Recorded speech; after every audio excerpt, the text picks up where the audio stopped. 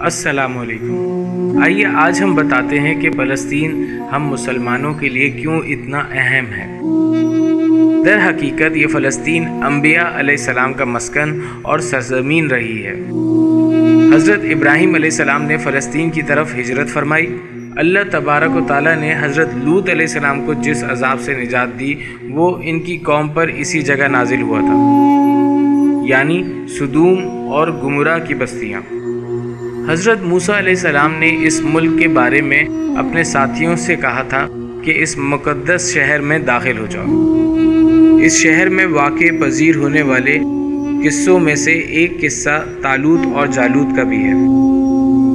حضرت داؤد علیہ السلام نے اس سرزمین پر سکونت رکھی اور یہیں اپنا ایک محراب بھی تعمیر فرمایا۔ حضرت سلیمان علیہ السلام اسی ملک میں بیٹھ کر ساری دنیا پر حکومت فرمایا کرتے تھے۔ یاد ہے چیونٹی کا وہ مشہور قصہ جس کا قرآن میں ذکر ہے؟ یہیں اس ملک میں واقع اسکلان شہر کی ایک وادی میں پیش آیا تھا، جس کا نام بعد میں وادی نمل یعنی چیونٹی کی وادی رکھ دیا گیا۔ حضرت زکریا علیہ السلام کا محراب بھی اسی شہر میں ہے۔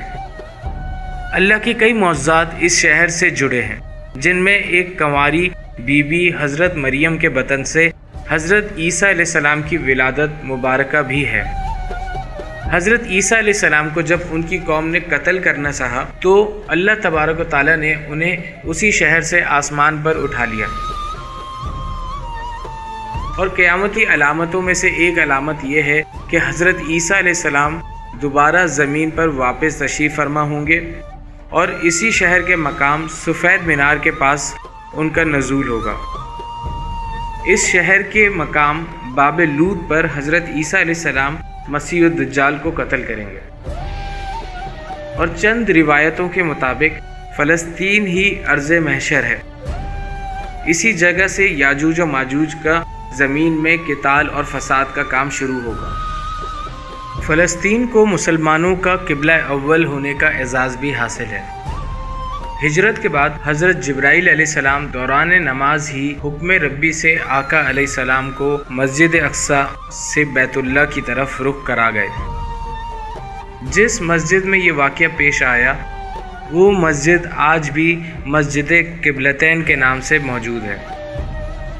حضور اکرم صلی اللہ علیہ وآلہ وسلم معراج کی رات آسمان پر لے جانے سے پہلے مکہ مکرمہ سے یہاں بیت المقدس یعنی فلسطین لائے گئے۔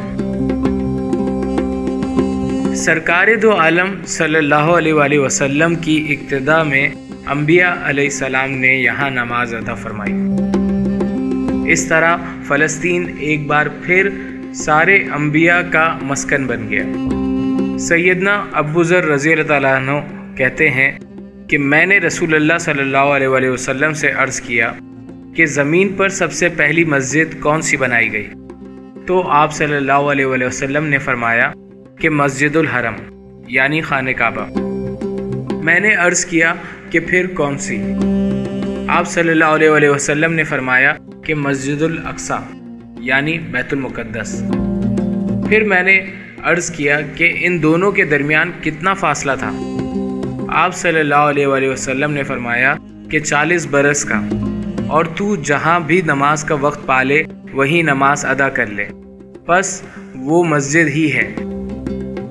محمد صلی اللہ علیہ وآلہ وسلم کے وصال کے بعد حضرت ابو بکر رضی اللہ تعالیٰ عنہ کو کافی فتنوں اور دیگر کئی مشکلات کا سامنا کرنا پڑا۔ ان کو عسکری اور افرادی قوت کی اشد ضرورت تھی، لیکن اس کے باوجود بھی ارض شام یعنی فلسطین کی طرف آپ صلی اللہ علیہ وآلہ وسلم کا تیار کردہ لشکر انہوں نے بھیجنا مناسب سمجھا۔ اسلام کے سنہری دور فاروقی میں دنیا بھر کی فتوحات کو چھوڑ کر محض فلسطین کی فتح کے لیے خود سیدنا عمر کا چل کر جانا اور یہاں پر جا کر نماز ادا کرنا اس شہر کی عظمت کو اجاگر کرتا ہے۔ دوسری بار 27 رجب 583 ہجری کو صلاح الدین ایوبی کے ہاتھوں اس شہر کا دوبارہ فتح ہونا بھی ایک نشانی ہے۔ بیت المقدس کا نام قدس ہوا کرتا تھا، پر قرآن نازل ہوا تو اس کا نام مسجد اقصی رکھ لیا گیا۔